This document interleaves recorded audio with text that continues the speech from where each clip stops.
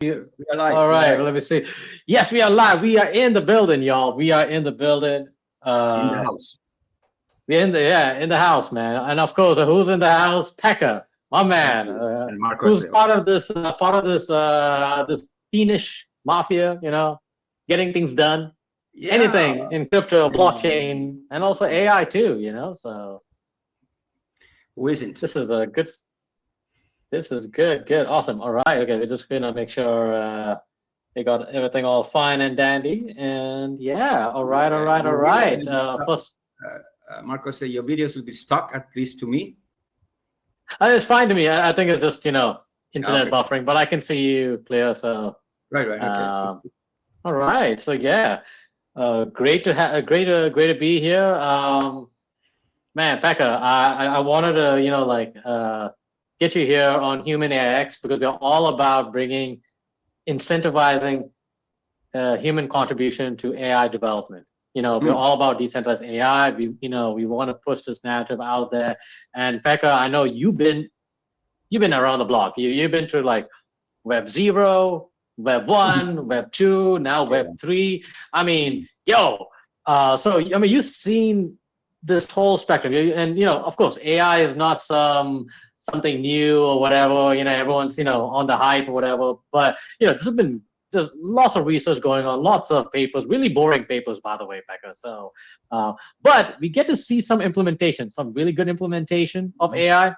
But Pekka, we also got to cover, you know, the dark, the sinister, when it comes to the AI tech. And Hmm. way I see it, and also other members in the HumanAIx, movement, we want to, challenge the status quo. So this is a stage I want to set, and I know you have some really strong thoughts, and I encourage you to be strong about it because otherwise, why be here, right? So that being said, Pekka, I would love for you to kind of give us a little intro, your origin story, how you got into this wild space of blockchain, and of course, your thoughts on AI as well. So, Pekka, the Hmm. stage is yours, sir. Thank you, Marcos, and I don't need any encouragement. Fair enough. Yeah. But anyways, yeah. Thanks for the invite. This is so great to be with you guys and everybody who's watching and listening this live and also recording later on. I also invited my community coming in, but if this would have been in Mandarin language, then more of them would be here. But anyways, yeah. So I started my online career in 1994 when the first commercial browser Netscape was launched, and I'm big believer of what we do now, especially now when combining the two most important technologies into one. And these two technologies will take over the internet. And I have this little privilege to be older than most of the guys in the industry, in the scene. And because I've seen these years, one of my big idols in the blockchain industry, Sergey Nazarov, co-founder of Chainlink. He was asked a couple of weeks back at the Altcoin Daily YouTube podcast, and that if you compare, they asked Sergey, and the question was, if you compare the status of blockchain today, not even mention AI, but the status of blockchain today and the internet development, what's the year we are on now? And he says that we are in a year 97, 98. And then he gave a little bit meat on the bones. He explained that that's where people were starting to use email a little bit. Everybody knew about the email, but only a few people used the email. And that's the phase where we are. But the good thing is that everything happens now on this particular, what we're talking about today, these two technologies that will take over the internet. Everything is happening 10 times faster than internet. And why this is happening, there are one major reason. Also, the reason why internet took over everything. Well, just, Marcus, a question for you. Do you know Do you know any people, like directly or indirectly, that is not using internet somehow? Do I know? I think Or do you actually I know? do know some. I do know some. I, you spoil, I hate to you burst your spoil, bubble, but you're spoiling my thesis. actually we have the I guess are they Aborigines in the Andaman and Oh, yeah, Nicobar yeah, Islands? right. I Yeah. know that's a tough one, but of course I'm sure the audience they get your sentiment. I mean, all of us, right? In pretty much what 99.9997% Right. definitely use the internet in some form or the other. So Let me continue a little bit further, then we can go. This is kind of a long answer to your question. I mentioned that there are two technologies that will take over now internet, and these two technologies are combined as one. And these two technologies are blockchain and other decentralized technologies as one, and AI the other one. This will take over the internet. And if you think that the home, as you said, maybe 4 nines plus 1 7, 5 nines, whatever, the population of at least the developed countries are using internet. This is where we are heading now. Frog leaps, big steps, fast. This we need to understand that we need to take this. We're gradually doing it, but it's happening so fast, and I'm so delighted to be with you here now. absolutely, yeah. And no, thank you for sharing that. Let me just try to get Alessandro. I've been trying to like figure out how to add him in for some reason. Oh wait, aha. Yes. All right, guys. And of course, we have Alessandro in the building. He Alessandro. is one of the co-chair for the HumanAIx Foundation. So glad Alessandro's here. Alessandro, just a little quick intro about yourself to our very special guest, a very good friend of mine, Pekka Kelko, from the Finnish Mafia. Hello. Hello, Pekka. Hi, Alessandro. We will hopefully we're gonna have a chance to meet soon. Hopefully, yes. Sorry, guys. It's one of those days where technology is not really on my side, so I'm trying to overcome some issues here. But hopefully you can hear me well. So, Pekka, I just missed a little bit of your special intro, but I'm sure that you were in safe hands with Marcos. Well, as for myself, we had a great conversation with Marcos last week. I spent a few years, but for now, in Web3 and scaled one of probably the fastest growing DePIN over the past year and a half. And finally, I found myself in a position where we are steering the boats or the drive or the seats towards what is really meaningful for Web3, which is an intersection of Web3 and DLT, I call it, it's not Web3 specifically, DLT and AI.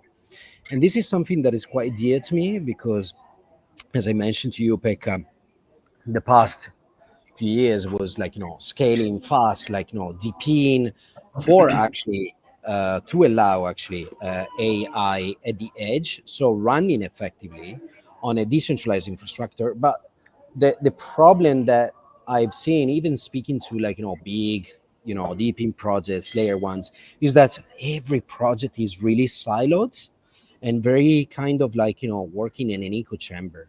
So we have multiple issues here, starting from a societal and ethical issue, which is govern and centralized AI, or prone to be censored, quote unquote, prone to be censored AI, versus a full decentralization of AI. And that requires strong infrastructure, agnostic, cross-chain, and with, in our opinion, speaking from HumanAIx, it is something that is built for people, for humans, rather than for few corporations. And this is quite an incredible challenge. It is going to be very hard, but this is something that it's worth fighting for, because we are talking about there's something higher at stake here, that is actually freedom for agents also to get into our everyday life without having some sort of backlash from centralized government. So this is very, very important, and this is something that we are building at HumanAIx together with founding members, together with academia.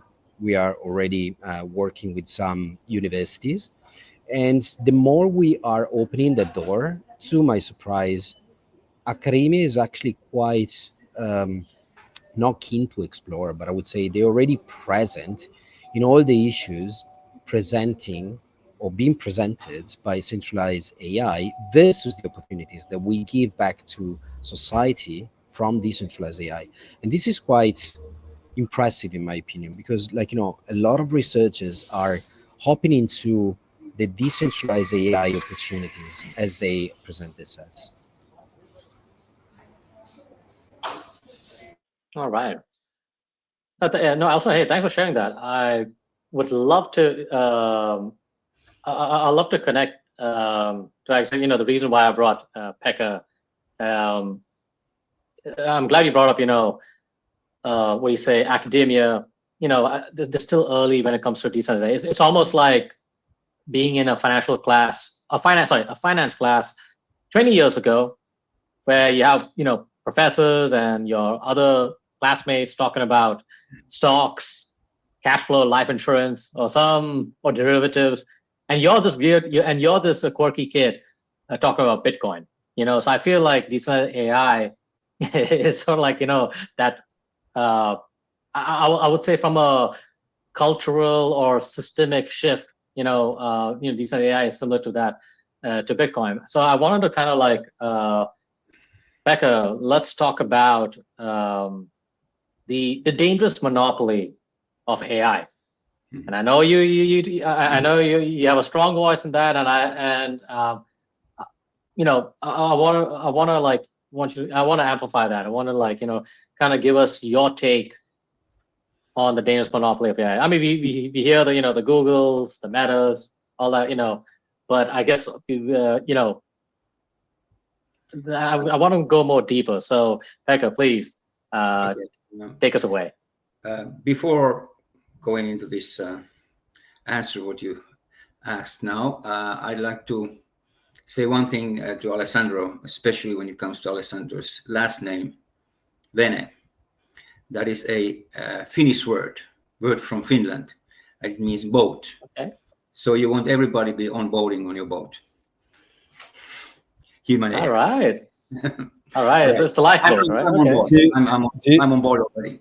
That's amazing, because I didn't know it myself. I'm European as you, but actually my last name comes from somewhere in Belgium, so I didn't know about that. So that's curious. But, thanks for telling me. We Finns, we are 5 million people in the world. We have this secret language, which is mainly from outer space. But but so the question. That is the concentration happens faster, and it's more dangerous than concentration of internet. What we experiencing now with the AI, because everything that is coming to development and AI training and such is already only controlled by a few big entities, become corporates, and because people cannot afford to use these most advanced models and GPUs and chips and processors. So that's the fact. That's why, because we are the other side of the island in that sense. So we need to move fast to secure this decentralized development of blockchain and connect it to AIs and modeling and training and such. As Alessandro pointed out, it's not easy. It's happening not overnight, but we are taking steps forward all the time. And that's what I'm also doing. I'm related to one particular DePIN project in Southeast Asia and China. So that's happening now. We are doing our ways, and our development is focusing on decentralizing GPUs at the moment, and we are doing that for the game industry, video games and such. And we are now opening quite soon. Actually, the official opening will be in September for the gaming DePIN GPUs laboratory and training center in Johor Bahru in Malaysia, just just close to Singapore border. And that's the first physical place where we're doing it, and then we have other ones coming in the Middle East, hopefully before the end of the year, and so forth. We go to Europe and everywhere. Just this kind of physical place to people to come and see what it's all about. And then again, just a little bit achievement side of everything. But the project is called DePIN, and of course we pronounced it DePIN. But we just signed a remarkable contract, and this is something that I also want to emphasize. Our customer is a huge, publicly listed biotech company in Southeast Asia country.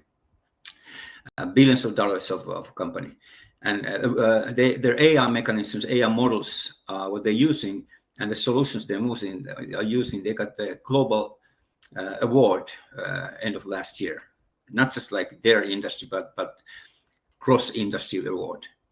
And what they want to do, and the contract what we signed with them is to using our platform where we are providing them decentralized GPUs, but also other mechanisms to enhance their environment overall, accessibility, also the price range and stuff, and of course again the use of these idle GPUs on the network and so forth. As you know how it works, the decentralized GPUs.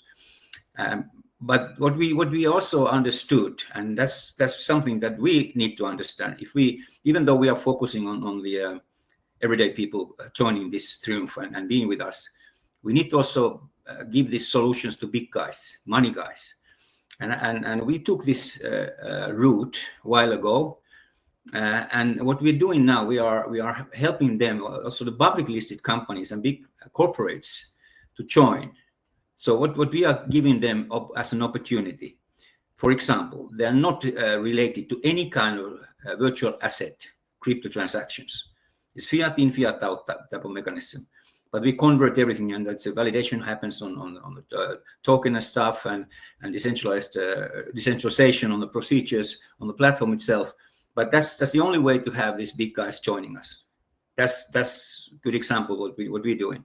On the other hand, the same platform provides opportunity for gaming companies to join either this way, that they still have a fiat in, fiat out mechanism, but using all kinds of GPU mechanisms. We have decentralized way using these idle GPUs, the most efficient, most cost-efficient way, and that's the same platform actually doing the same. But if they want to use, for example, their own tokens, or they want to use our tokens end to end, that's also doable. It's this kind of flexible platform what we're building, and I believe there's a good future for this kind of system. Also, to understand that the small company like us managed to sign this huge contract with a billions of dollars of turnover company, biotech company, with the most advanced AI technology already in place.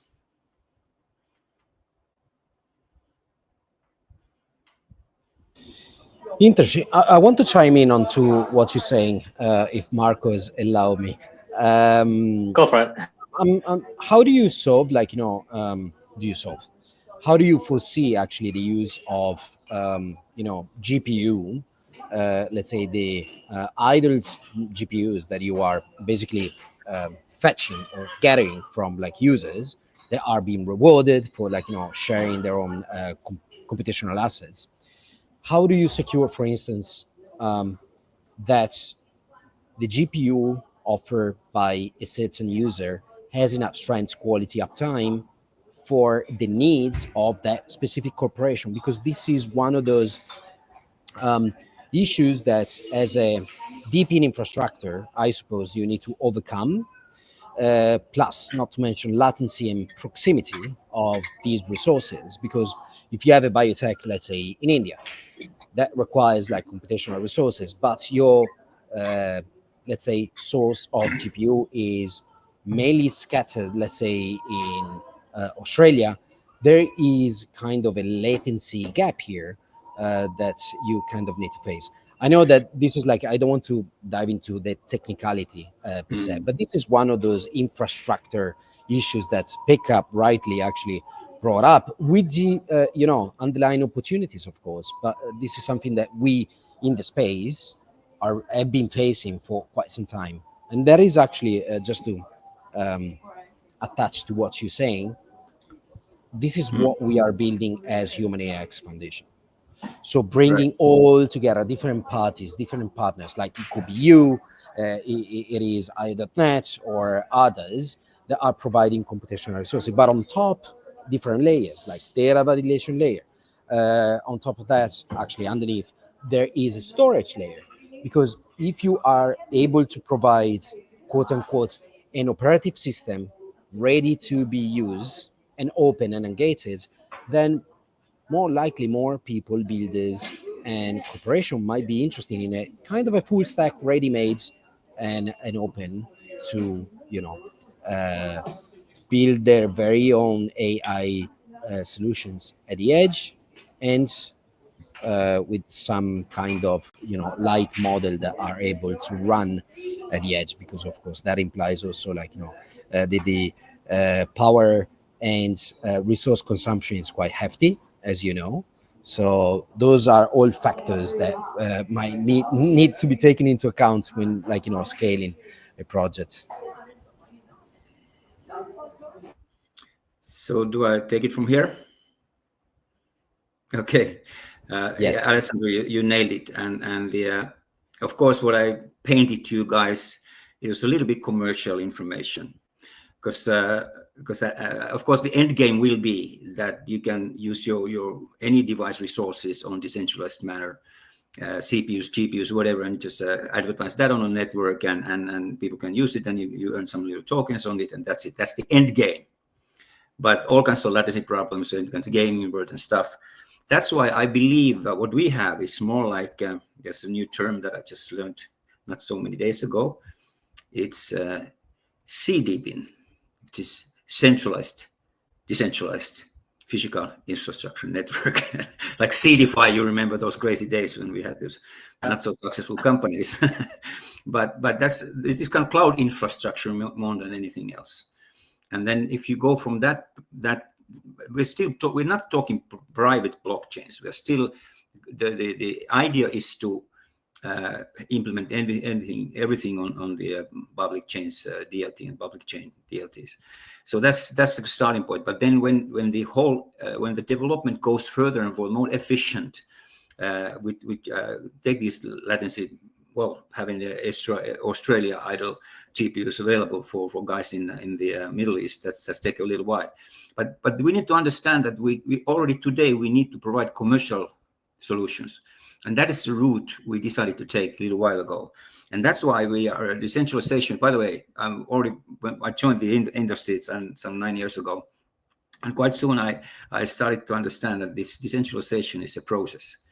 And process always, it doesn't go like one way only. It's like a 2-step forward and 1 step back and so forth.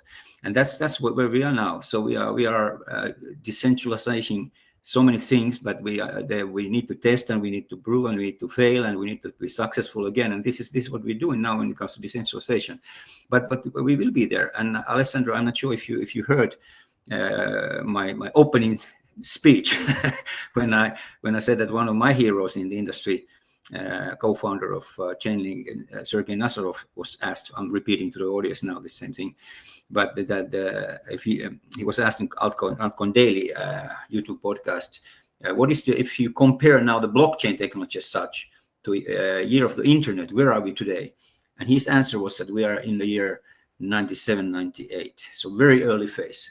But again, I continued a little bit further that it should not be too much of our concern, because we are developing 10 times faster than internet did, especially now when we are getting over step by step with these regulation hurdles and compliance hurdles and so forth, which is another thing, by the way. And again, I'm not sure if you've been following much of what's happening in Chainlink ecosystem and infrastructure. They launched in June very, very interesting technology. I believe you should check if you haven't checked yet. It is a automated compliance protocol, and that's, of course, they are focusing more on the finance world, but this will be implemented on any technologies we have, like DePIN and such also. So it's because we need to be compliant, And if this kind of Chainlink type of first Chainlink launches everything, and then some other developing companies and developers follow on their versions of it. But this is the idea of this is that the everything will be automated and be verified on chain. Of course, some elements of chain and Oracle technology and so forth, and CCIP from across chain and thousands of chains, private, public, whatever. That's how Sergey explained it. So, but this is been launched already, and if this is the phase that we understand that this technology will also solve the ID problems, corporates and individuals. And because the CK proved to be in there many years already, and all these things put one particular framework. This is what we're doing now, and that was really huge news to me, at least. So this is it's been launched, it's been implemented on Chainlink ecosystem already. So the automated compliance protocol, and please check it. And because these are the phases that will take us to the mainstream. Because unfortunately, we cannot go to mainstream without big money, be part of it. We are doing with, for example, with our Southeast Asia DePIN project, and also same thing for the gaming companies, smaller ones, bigger ones, whatever, who wants to join us, because we will offer them more affordable and better access to GPUs and stuff. But all these things put together, that's where we are today. We just need to develop further and further to get this, to take this to more decentralized. Decentralization is a process. Yeah, I agree. Yeah, because I know, like, if you go on Twitter and stuff, like, you know, the word decentralization is sort of like a black and white kind of thing. You know, it's I see it sort of as, you know, it's a long process. You know, so and yeah, I think that definitely is going to take some time, education, a lot of energy has to be spent to, you know, like, get that messaging out there. I mean, not just on X or something, but also on the mainstream media, or, you know, even with enterprises too. If you're talking about like any executives and any companies or whatever, like the term decentralization is not part of their corporate lexicon, mostly in the Web3 space. So it is sort of like a learning curve. And I like that you mentioned about, you know, Chainlink, but I'm more familiar with them in terms of the financial stuff, but I haven't seen much in terms of the, I guess, the AI or the decentralized AI space. So kind of curious to see how that'll take shape. So definitely want to learn, what do you say, so learn more about, you know, Chainlink, their, you know, what they can do in the AI space. So glad to learn that. But I would like to kind of like take maybe a few steps back, because when it comes to AI, because, you know, because I remember seeing your post earlier, like you mentioned about the dangerous monopoly of AI, and you see all these, you know, big companies, and I like that you mentioned earlier about the, what do you call it, the GPU gold rush, right? I mean, it's not a surprise. It's not just the United States, also here, right? Here in Sunnyside, Dubai, or I would say UAE, with Stargate coming over here, they're going to invest, you know, billions of dollars. So I would love for you to kind of like, you know, share a little bit on that, if you don't mind. You know, just I want people to have a little bit more context on, I guess, what you mean by the GPU gold rush. Well, if you think what's happening now in the world, that everybody's well, we know what kind of company NVIDIA is already today, and what the Chinese guys are doing also in this for the industry and in the industry. So everybody wants to be part of it, and you just cannot manage without GPUs. You don't manage to do any advanced anything related to AI without efficient GPUs, and that's it. And gold rush means that everybody's rushing into to dig deeper and deeper and try to find the gold. And that's kind of, it was my term that I invented on one of my LinkedIn posts. But the DePIN, and if you think about what's the purpose of like DAI, first of all, so, and then DAI plus DePIN. So it's that could and hopefully would democratize the AI development. And of course, challenges are still scalability, regulations, and these kind of things. But we will overcome them.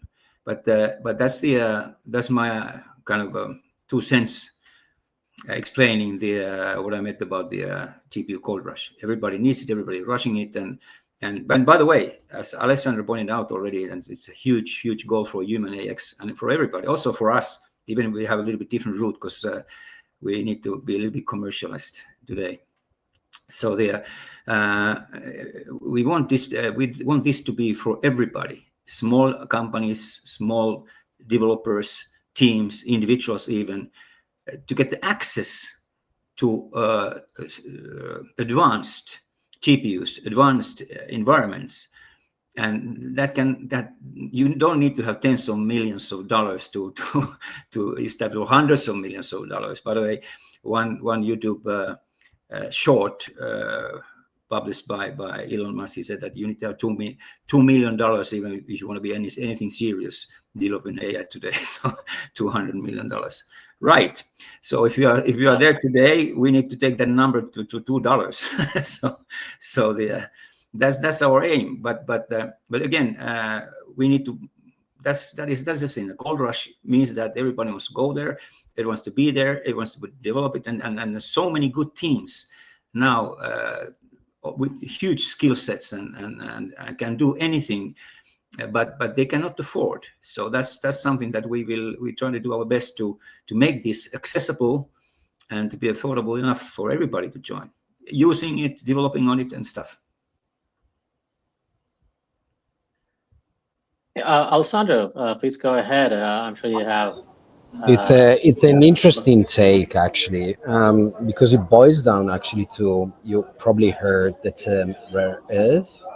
So basically minerals that are used to actually build advanced GPUs. And with the tariff war that is happening, it might have an impact onto GPU supply. So much so that some Chinese AI companies, they actually procure a lot of GPU power right before the tariff war happened. So this is something that it kind of again boils down to having few hands onto what is meaningful, especially in terms of AI, of course. And it's not just about centralization or centralized LLM. We're talking about the fuel that is powering actually this new technology, and that fuel is actually, as Pekka pointed out, is GPUs. So now opening up that market by having anyone supplying that power is, in my opinion, absolutely essential. Number one, because it's the sharing economy back in those days. If you remember, the early, I would say 2000, probably around 2010, when sharing economy became even a term, if you remember. So basically, offering to the market idle resources. In our case, it's actually DePIN. That's what it does. So it is actually grabbing, fetching in different ways, of course, idle or even unused resources, which actually has an impact in terms of not filling the landfill with second-hand devices. I can actually put a second life to all devices, which is great. Probably there's an issue in terms of as I mentioned before, quality and uptime, but still it is something that we can put in the market. So as we see, let's say, decentralized AI or the upcoming AGI or AZI, as you prefer, what's coming first, we don't know yet, but the needs for those technologies might be, to some extent, let's say, cater from decentralization, because decentralization is actually bringing in all those idle resources. And this is quite a challenge that we in the space as DLT builders or blockchain builders are trying to overcome. Um, it is very challenging, and of course, if you have read, I think Zach lately was talking about building this huge Hyperion data center. Now we're talking about gigawatts upon gigawatts of centralized power supply for the next generation AI. This is something that likely uh, blockchain at this stage is not able to compete with, and I'm not even seeing this as a real competition. I'm seeing decentralized AI as an alternative. We need to build an alternative, and then the market will decide. But as long as there's no alternative, it's as you actually wrote in the overlay title before, it is actually a monopoly. But it's not a monopoly because there are some private interests that being catered for. It is actually no decision for the markets. So we need to build that alternative. Then people will decide. Builders will decide. Industry will decide. Corporation will decide.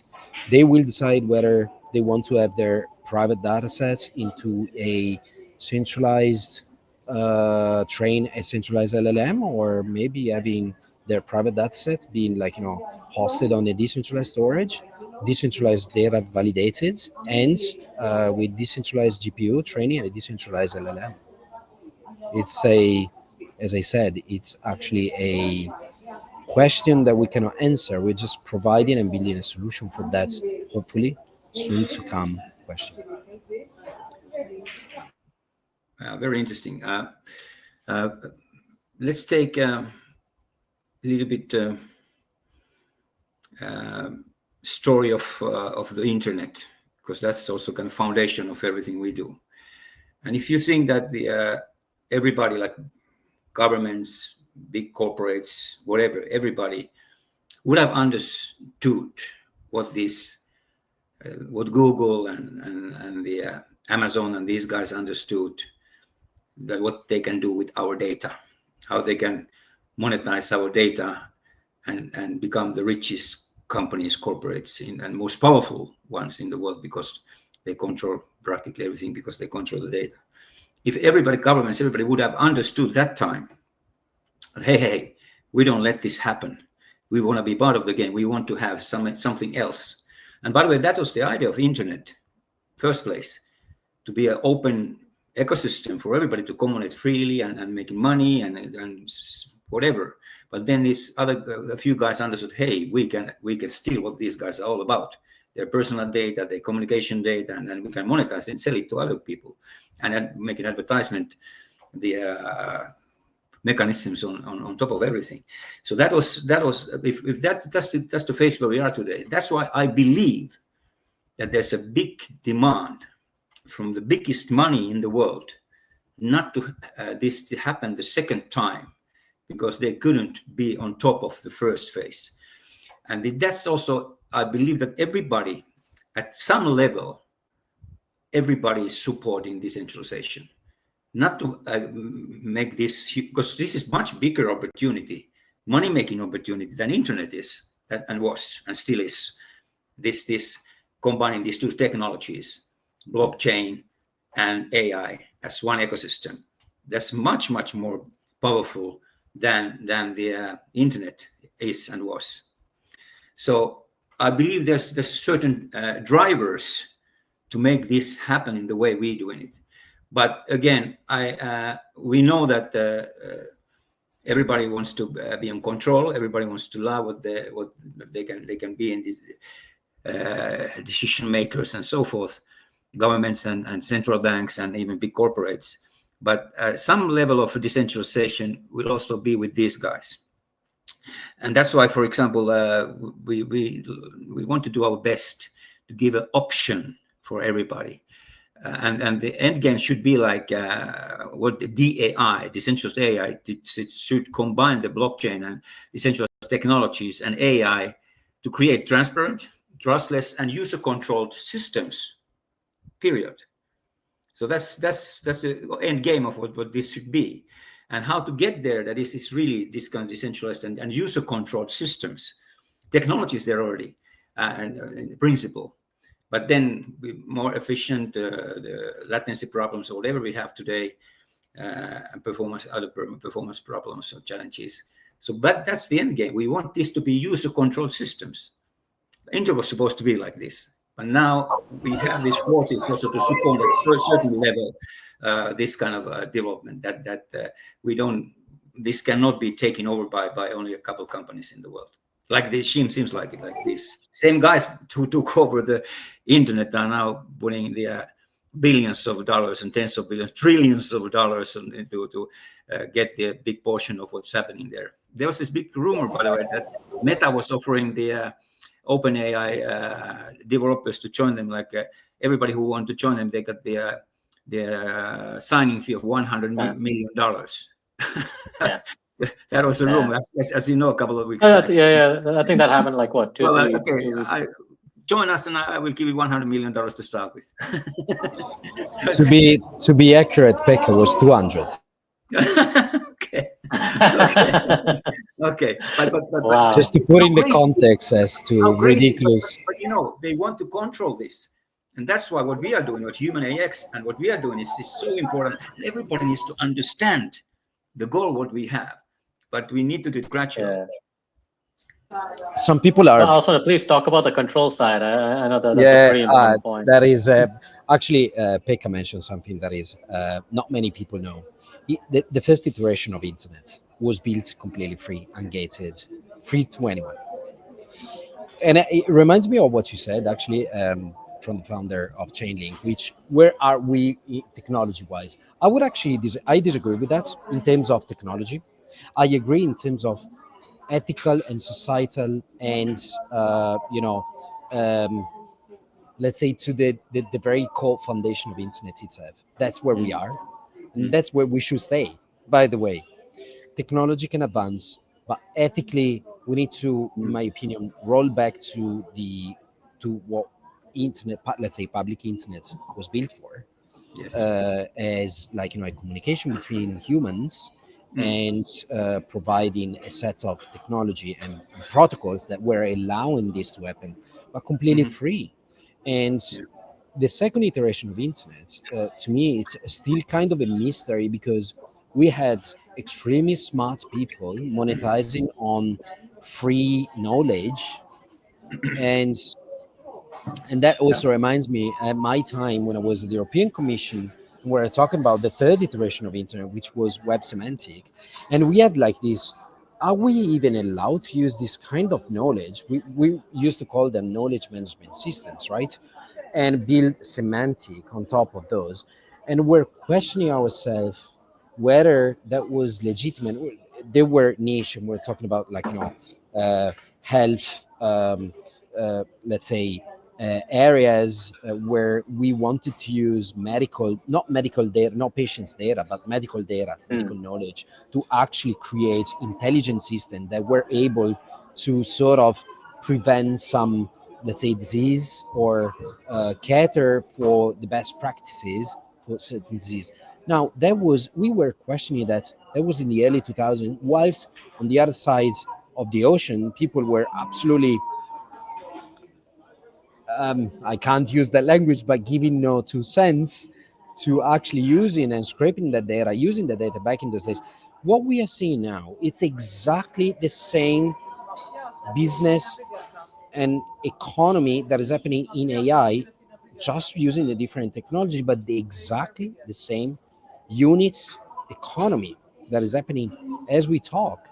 And this is, in my opinion, it's outrageous, and people are just like, happy to be the product rather than be like their own their very own product. People are their very own product, but they are not. They shouldn't be like the product of someone else.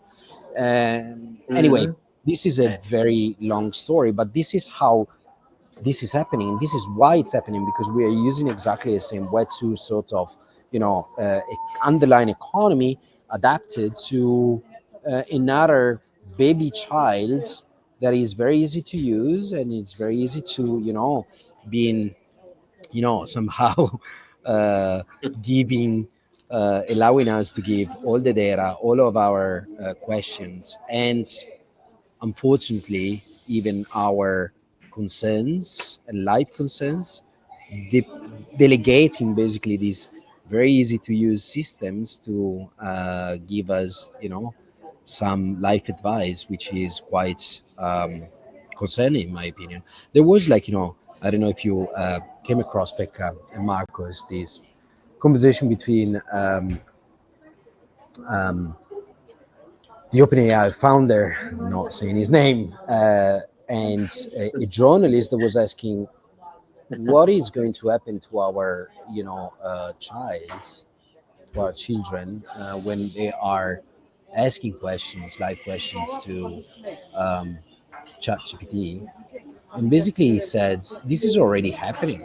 I mean, we have seen already, like, minors asking, these systems, what is the best course of action if I do A, B, C?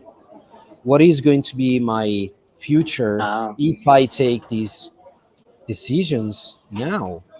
This is absolutely, it is incredible. It is incredible that that that this is happening. That there was like even taking this lightly if you think in those terms. So I think we have, for whoever like me is coming from like those internet behemoths, it's very important that we keep this in mind and we are keeping this, with a high concern. We can talk about super human intelligence, but there's no one talking about super ethics here, and this is something that we should talk about. yeah.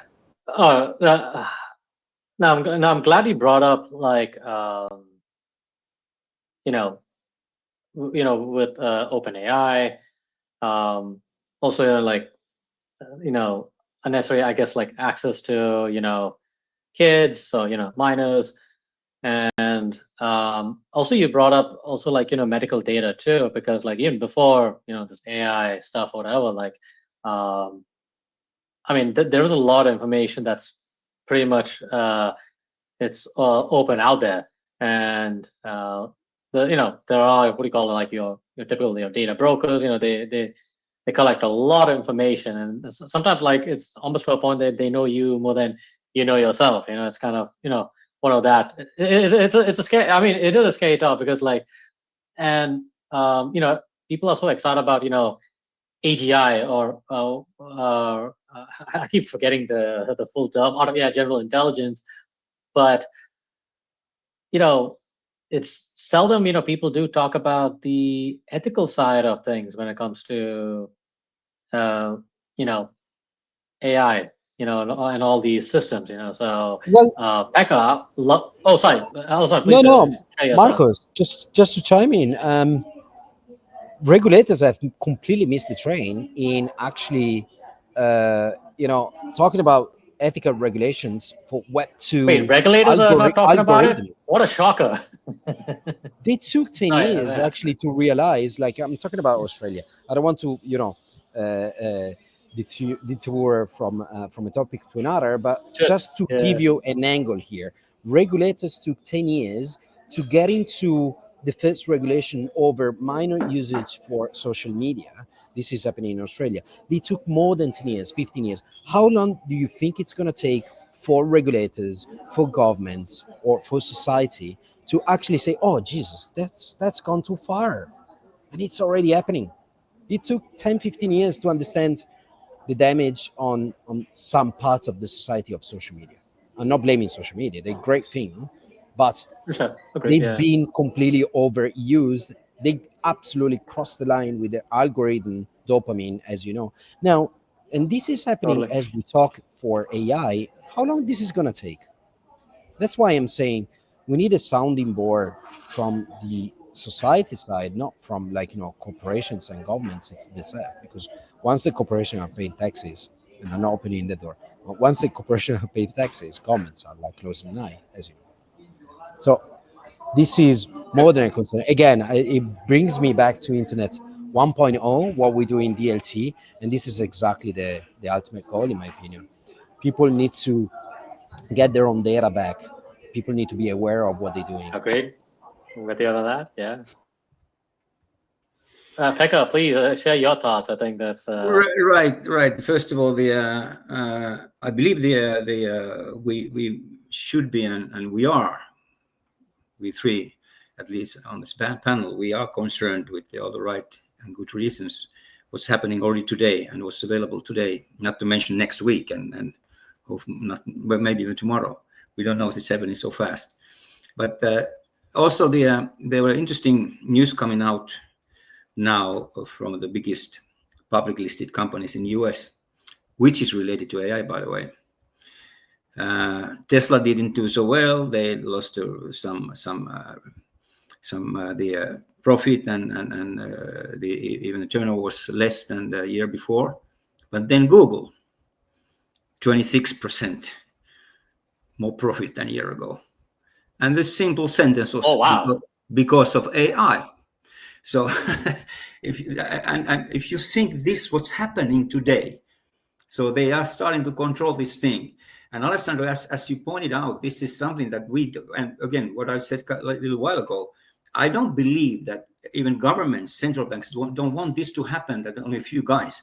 Well, because government cannot be, because they are not developers. They don't have this capacity and skills and experience to develop themselves. They need to partner with someone. But because they cannot partner with someone, because those Googles don't let governments in that sense to be. They want to monetize as much as they can. And Google managed again in a year. Huge company, huge profitable company even before, and now even more profitable. So these are the kind of detailed information that we can, if you put that on the context of what we're talking now, we need to understand. And if this is happening now, that there's so much more happening behind the scenes, and we just need people to understand. Okay, first of all, as Alessandro, I really like your thing of what you mentioned and how important it is that we have this opportunity to control our own data, and not just that, but actually, if we want, we can monetize it with no central entity, no permissionless way of controlling what we do online, and monetize it also. Because the technology is already there. Of course, we need to be more accessible for everybody and so forth. But that's the goal for us. We need to make this what we do now with GPUs, DAI, all this what we have today. We need to make them easier to use, easier to access than internet, easier to use your online banking or whatever social media service today. We need to make it easier, even easier than it's today. And then if you be part of it, you for example, if it's a proof of stake type of mechanism and you deposit something, and because you're kind to the environment itself, it rewards you. This is kind of simple message. What we want, this is available already for everybody. And now when Alessandro, unfortunately, I believe that you also agree with me that we cannot succeed without regulators. We cannot be like outside society in that sense. So we just need to collaborate with them and be part of that. And of course, if it comes from this kind of money side of regulations first, and now they are, well, ETF happened a little bit more than a year ago and so forth. But then now we need to have this thing coming up, and that's why, for example, what we decided to do with this project in Southeast Asia, fiat in, fiat out, but everything validations, transactions, so forth on chain with the token validation and so forth. So that is the phase we are today. But I believe there are mechanisms in Dubai, as Marcus and myself live in. So by the way, I'm visiting Finland now. That's happening now, and everybody don't want, even the government, even central banks, lawmakers, even big corporates, they don't want this internet thing happening again, that Googles of the world will take it over. And as I said, fascinating. I believe also that we agree that we're developing now blockchain plus AI as one ecosystem. It's much more bigger than internet was and is. Yeah, it's Orwellian, almost. Prevalent. Oh yeah. I think, you know what, Alessandro, like I guess in a couple of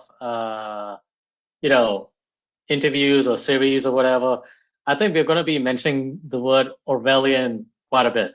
That especially if I'm around, because hey, like it has to be like that. I know what I know, like Becca mentioned about like no choice of worker regulate and stuff. For me, I'm quite a radical libertarian. For me, it's like I'm like a vampire. It's like if it's like a light or something, you say regulation, like I'm burning, So like freedom, but of course, I'm objective, and we are living in a world where we have to. I hate to say it, we have to, work with these guys. We have to work with some of the regulators and stuff, and also, there is. I also have to add, Becca, like there is a revolving door between, like, say, the regulators and these big corporates. Say, for example, the pharmaceutical companies, right?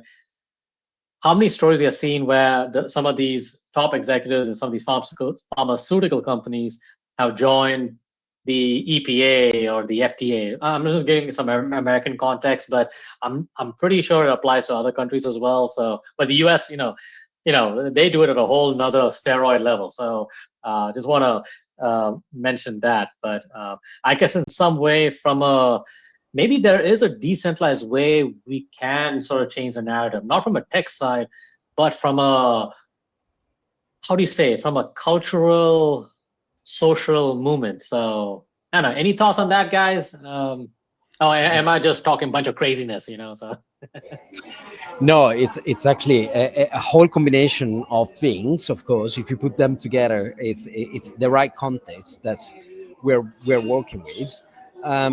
Now, I mean, it's not just regulators. I'm cautious about time, so I'll be short with my no final worries, thoughts here. Talking about regulators, it is beyond regulators. It's actually more societal, I would say. So we need to have more, let's say, independence, association, and academia pushing regulators to go in the right direction rather than corporation pushing regulators. It reminds me of another Web2 stories where Uber was actually going in free markets, pushing the legal boundaries, until the regulators had to jump in and push it. This is actually quite a book, very famous, and there was a strategy. We need to. Okay. Was great startup. Everyone was kind of celebrating that, daring idea. But if you put it in a context of, like, ethically speaking, that was like, oh my god, really? Now, I don't want to sound like too naive here. We need to have more of a conscious type of economy when it comes to AI. We need to be more conscious about what we do with AI, and all the actors need to be more ethically, let's say, bound to what regulators and society expects. This is a new framework, of course, but I like the idea that it's actually coming, these kind of sentiments and push from Web3, from DLT. And I don't want to talk about financial freedom because that is a marketing war. I'm talking about what actually the proponents back in those days of cryptography were actually thinking about, to give back eventually to society and to humanity. That is exactly the point. We need to stick to those. And I'm not talking about the Satoshi, white paper, but somehow we are profoundly bringing that back to life because that is the spark for this, like, human collective consciousness when it comes to AI. Right. Totally. My final notes. First of all, Marcos is by far the most decentralized person I know. Yeah, and That's the truth of that. Yeah. and second one is that what do you think of these guys that also everything that is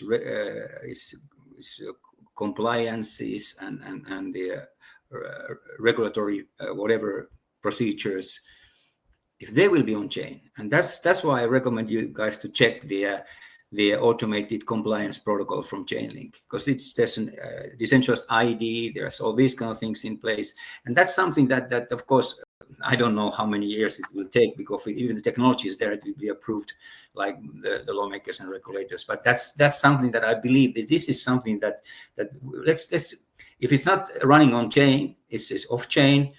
It will be certified on chain, like by Oracle Technologies and so forth. And then again, that's something that there's so many challenging procedures now that we don't see that be on chain quite soon. But then all the transaction can be certified on chain, and that's kind of a system what we have. But it coming also to the DePINs, the decentralized GPUs and such. That's my last note. Yeah. No, hey, but Pekka, I just it would be interesting to see if regulators and government entities come on chain, because I guess the one thing I liked about the blockchain technology is that it is an open ledger, it's transparent, it's public, and I'm sure that immutable. You cannot change immutable. everything.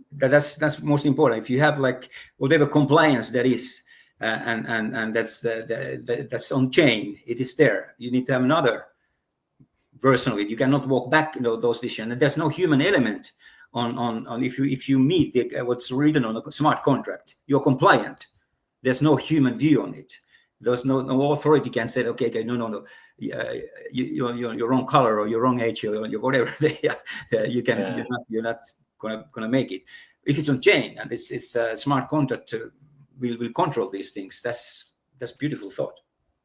True, yeah. So before I let Alessandro head out, Alessandro, just some last words. Any words of wisdom with regards to you're all about HumanAIx. You're putting humanity first. Any words of wisdom for humanity to play an important role in the AI development? Well, we expect actually to be a sort of Linux type foundation for builders, the future builders. We are building the infrastructure. We're not building an AI, let's say per se. We're not building the next LLM. We are allowing for that to happen. So we're building the pillars. What's underneath? On the surface, hopefully there's going to be more and more open builders coming and joining and sprouting new ideas from that. Guys, it was amazing talking to you. No, Alessandro, I don't let you go yet. 10 seconds. Do you know where the Linux comes from? What country? Come again? Sorry, Pekka. What country Linux comes from? Tell me Finland. Finland. Linus Torvalds. Wow. Yo, I'm learning something new. Linux. You're welcome. I remember that. Thank God that I got my score. Yeah. Oh, okay. That's good. Okay. Hey, Alessandro, thank you so much for joining us. And thank you, Pekka. Yeah, thank you, Marcus. You have a fantastic day. Yeah. All right. Thank you, guys. And hopefully see you soon. All right. So Pekka, let me. Okay, he's gone. All right. Cool. All right. So man, Nice. Pekka, I didn't know that. I didn't know that the Linux Foundation came from Finland. Mm-hmm. Wow. That is interesting. So wow, okay. When the first Linux version was published, it came with floppy disks, huge amount of floppy disks. The operating system. Yeah, as a kid, I do recall that. Yeah. The one you put in on your personal computer and slowly start to run as an operating system. Yeah, no, that is fascinating, and just to connect with this conversation, I'm glad you brought up this floppy disk, and you've been there, and also like as a kid, I'm seeing like the growth of the internet, and when you kind of talk about decentralization as a process, this long process, we've seen those on the internet too. It has its But Marcus, this is so important now that we cannot give control for a few entities only. We cannot let that happen. That's why we need to have this counter force now. What HumanAIx and Alessandro, you guys are doing. I want to be part of it. I'm already part of it, and then that's something that again we are a little bit different view on about the regulators, because they need to be part of it, and if we get them on chain, that's the best we can have. Yeah, and I know we talked about the dangerous monopoly of AI. We went to the gold rush. We've seen billions of dollars go into these gigafactories, and I mean one data center is almost. I remember I talked to Grandmaster Shifu Sam Lai.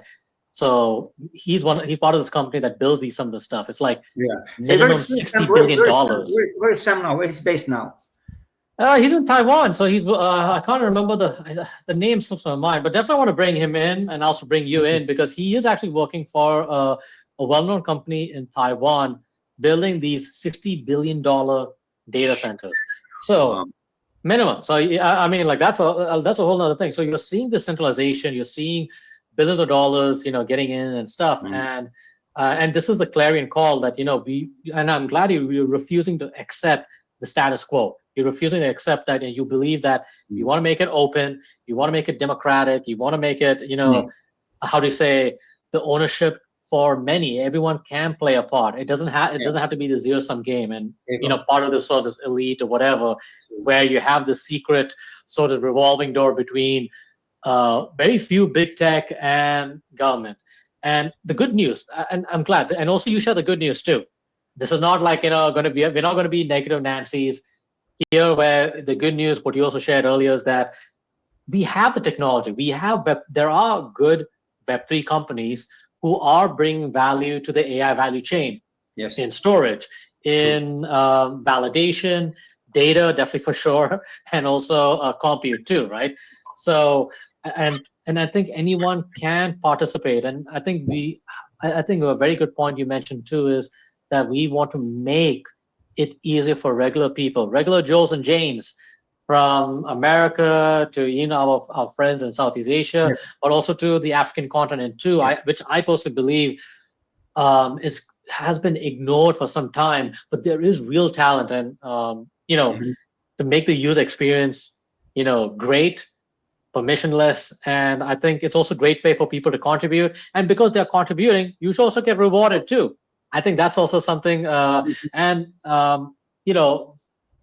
For me, yes, it's a foundation, and there are other foundations out there, but I think we can have different movements taking place, and we can work together. So this guy, what I've learned from this call, actually, and I'm so grateful that you're here, and also got Alessandro in, because you both definitely have been in the space. I mean, he's been doing some DePIN stuff, which I think DePIN is really powerful stuff, because I'll tell you what, it does connect with some of these executives in these corporates.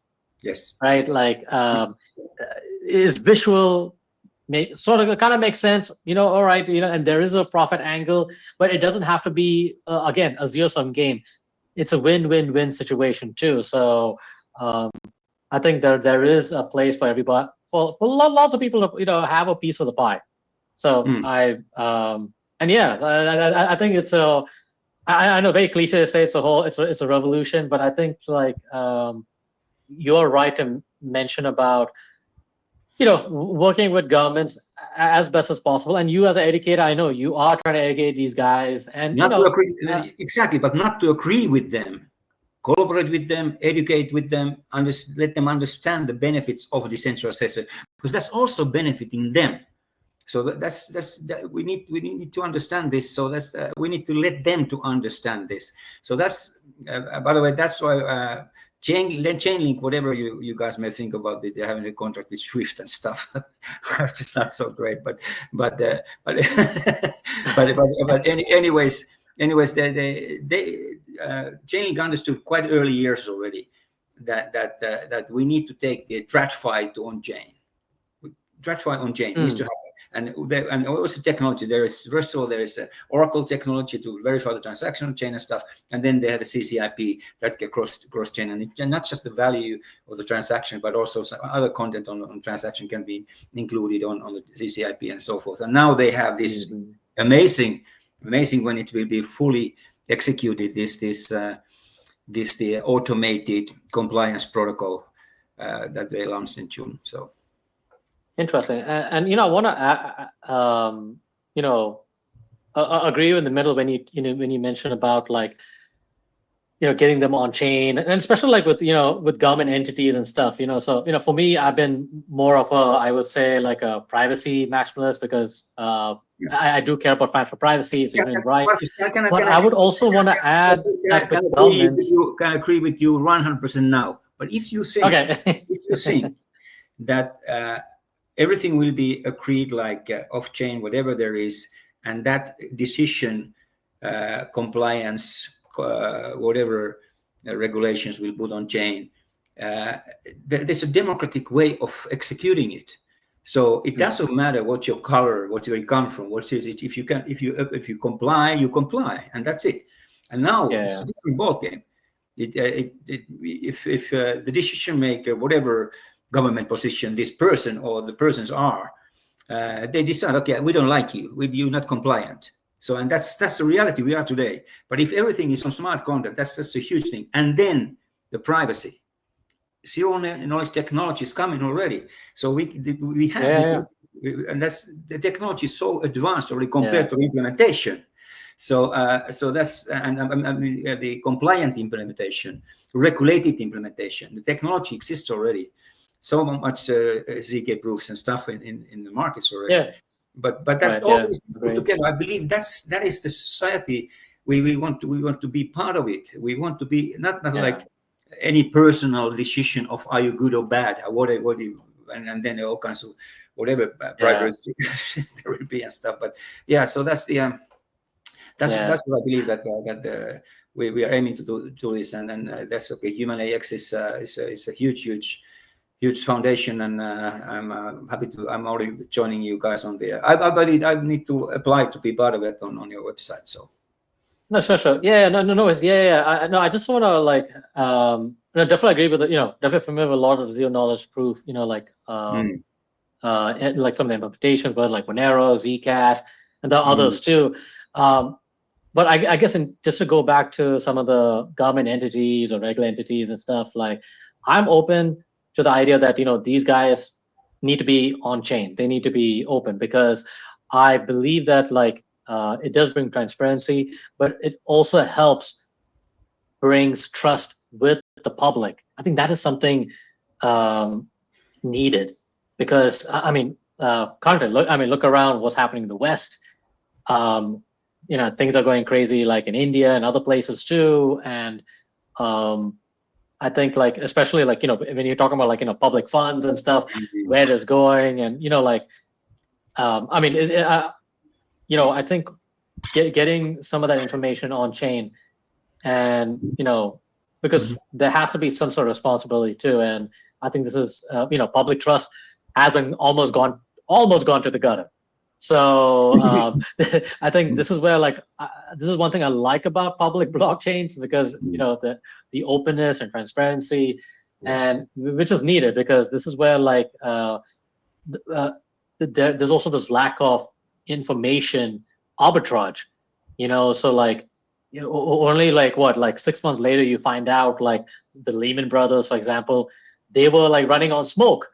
So and I think this is something this is where I'll definitely agree. We need to have some of that stuff, especially if you're paying taxes and all that stuff. Look, you want to know where the money is going to, and you don't want to be, which I know many very good taxpayers out there, many times they feel like they're suckers in this, and they haven't got much at all. And we're seeing what's happening in some parts of Europe, in the Americas.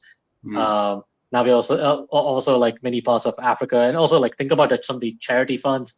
You only find out only 2% of the funds actually goes into, which is going about decades. So this is where oh my goodness, I really believe on the local level people can solve these problems. But if you're gonna have governance and stuff, I think we gotta have them on chain. And I think maybe with chain, I would like to see that being implemented. And I think that there's some good news on that, and also with AI as well, with the ethical side of things. I know that's been kind of lackluster, but more conversation needs to take place. So I'm with you on that, man. I'm with you on that 100%. Right. Yeah. So hold up, I see. Oh, okay. Let me just show this. We have one person. Alayham Majali, thank you. All right, 100%. All right, okay, cool. Appreciate it. And but hey, Pekka, we can go a little bit longer. But hey, if you have something else that happened. Well, I'd say that this is this last second half of this year will be amazing.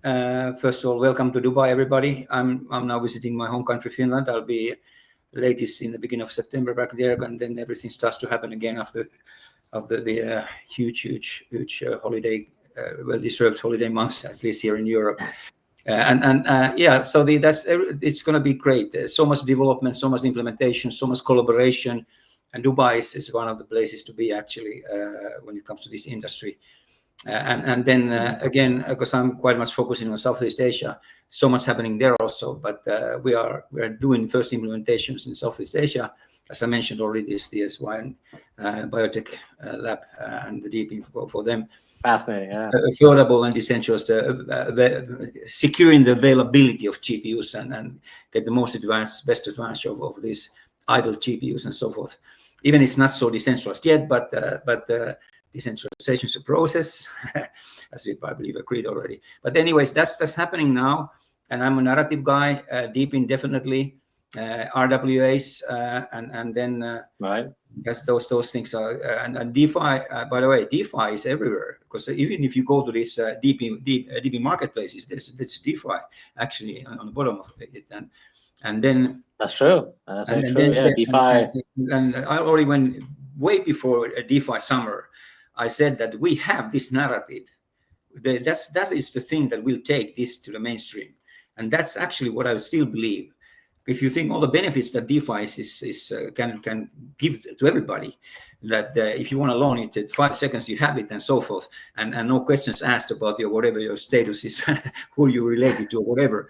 So and then of course DeFi is using also certifying certain things, and now when we have more and more zero knowledge proof type of ID mechanisms, also for DeFi is using DeFi mechanisms for all these procedures.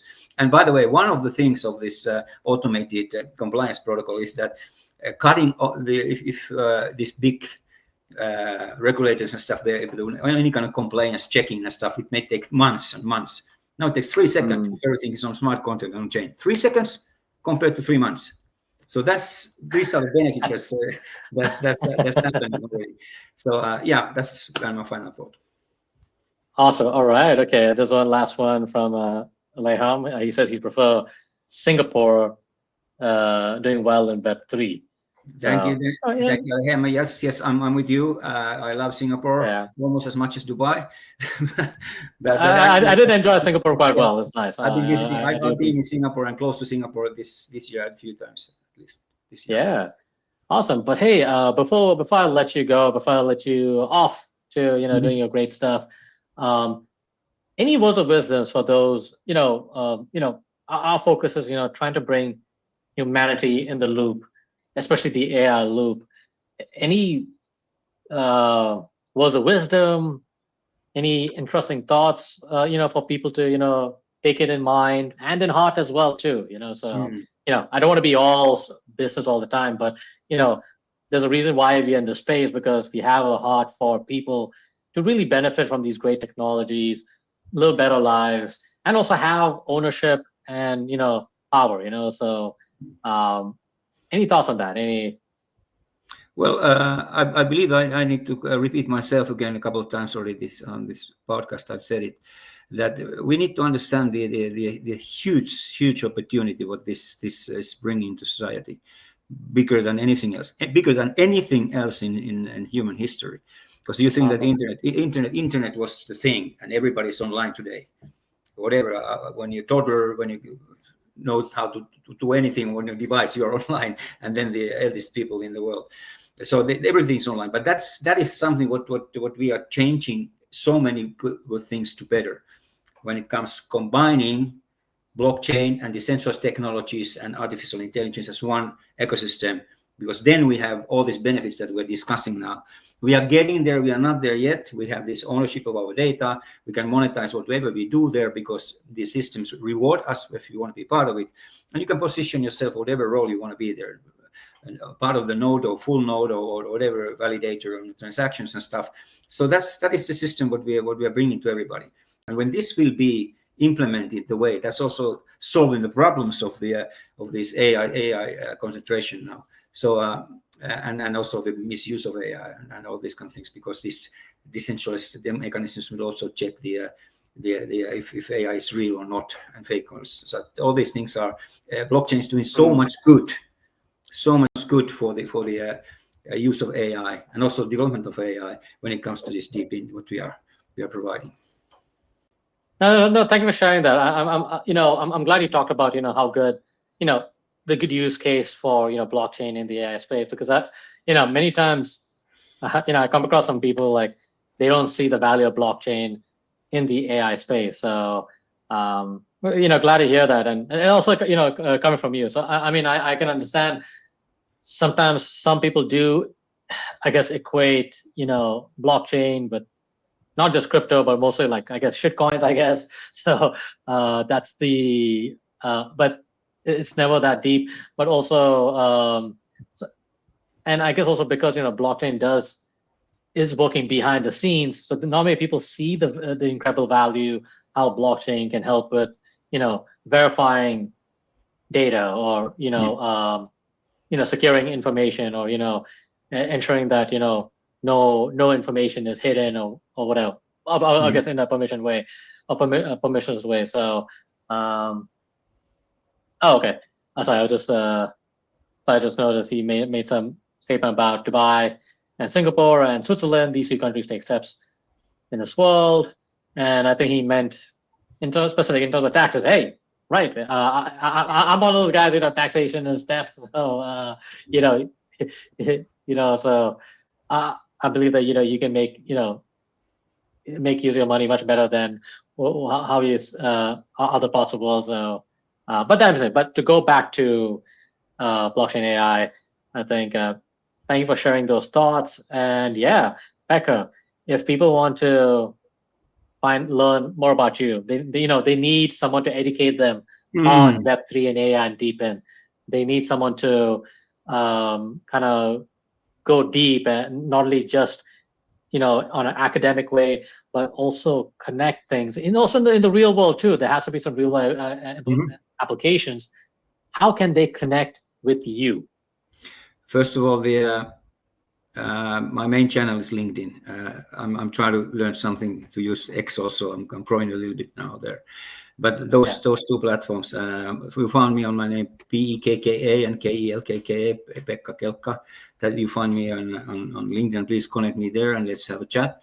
And I'm advisor. I'm advising an educator. That's in my DNA, by the way, because I'm also the Master of Education from the Eastern University of Finland. So that's my I'm educator by my education. Nice. So and I've been in this industry to understand more and more. I'm educating myself every day, and I learned so much. Again, thank you, Marcos, for inviting me, because that was a huge learning session for me also from HumanAIx and what you guys are doing.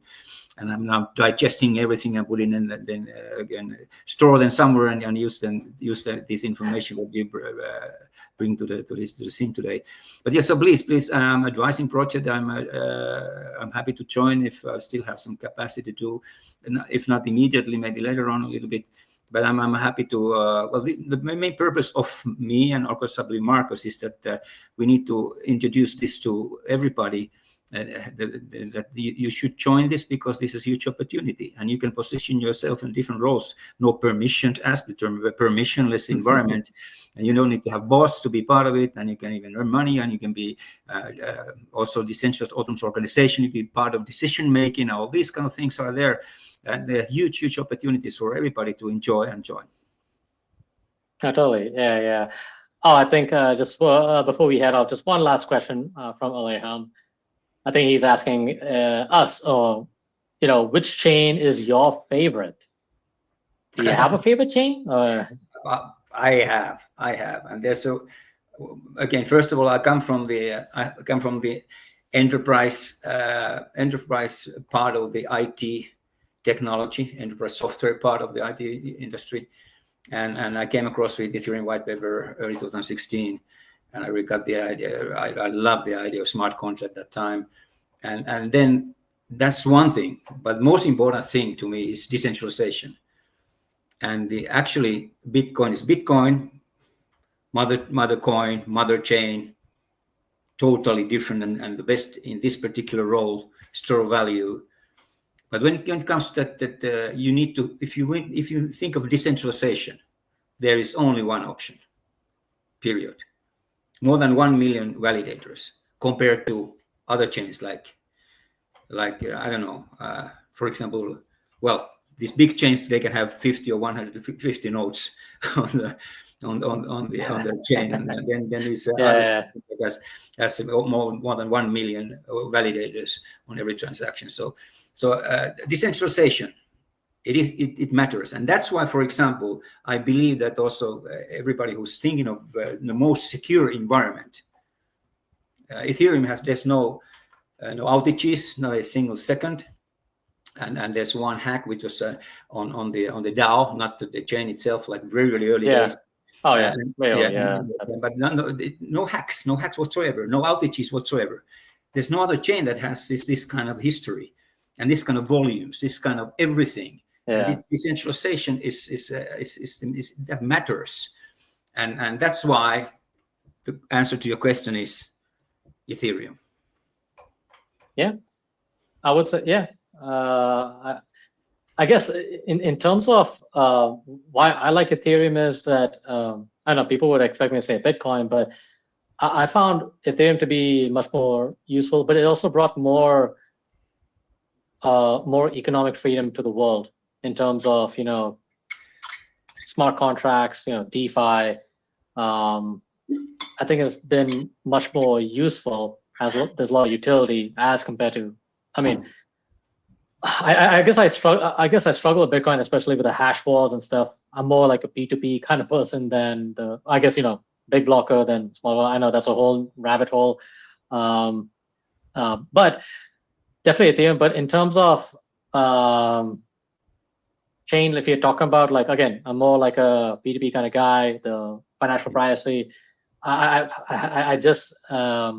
I've been debating between Monero and Zcash. Definitely like Zuko.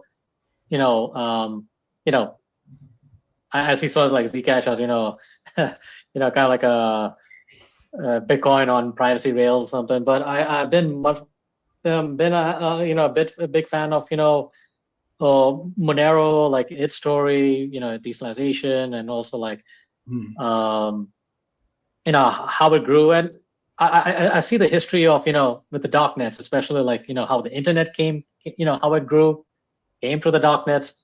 Bitcoin in the initial days came to the darknet, and I'm seeing the third lesson in terms of Monero too. So to me, I think like the darknet is sort of like the launch pad, the test net, the ultimate test net, I would say. So I think this is where like I guess I'm pretty controversial in that area. So I know my libertarian friends love me for that, but I guess when it comes to the mainstream space, I know that's going to be a challenge. But I guess I love the history, I guess, like how it went through all that stuff. So, I just see the connection with the internet technology, Bitcoin technology, and also Monero too. So from the privacy side, Monero, but in terms of economic freedom and the various applications, I think I have to say Ethereum.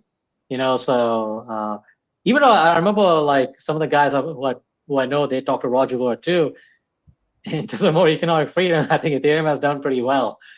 So it opened the floodgates for other chains too. So so competition is great. What I really like about Ethereum is that so many people lost their belief in Ethereum when the price was struggling, and still struggling when it comes to Bitcoin price, for example.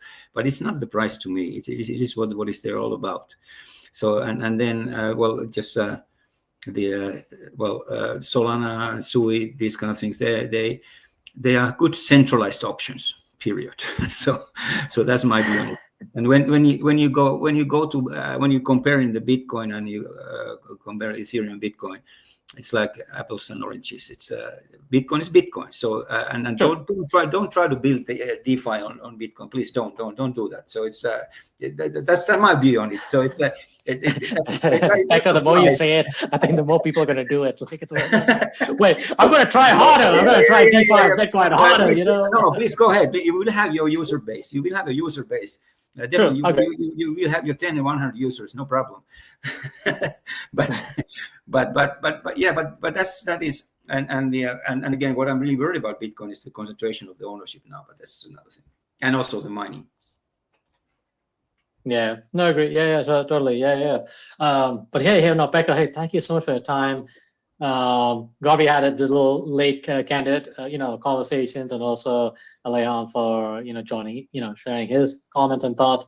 So, and a big shout to Alessandro. Thank you so much for joining in and trying to lead with Mike Robinson in terms of HumanAIx. But Pekka, special thanks to you. Thank you so much for taking the time, giving your knowledge, and but also, I really appreciate your thoughts, and also trying your best to simplify some of this, like when it comes to Web3, and also the the speed of technology is just going so fast. Yes. And also trying to make sense, not just just on Web3 or just the ecosystem, but also trying to connect with regulators, big corporations, and trying to be objective about it. I think that's something I know.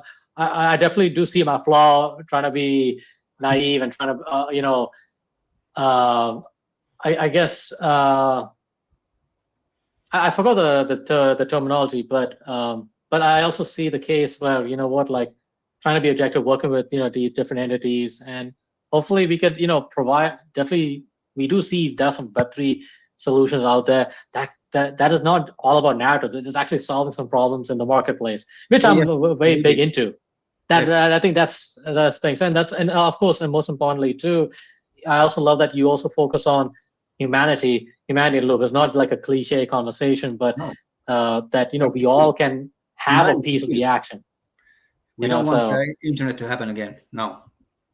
Yeah, definitely, absolutely. So, but hey, Becca, thank you so much for your service. Really, really appreciate it, and definitely we'll catch up again for sure. So, let's do it. Everybody, members, yeah.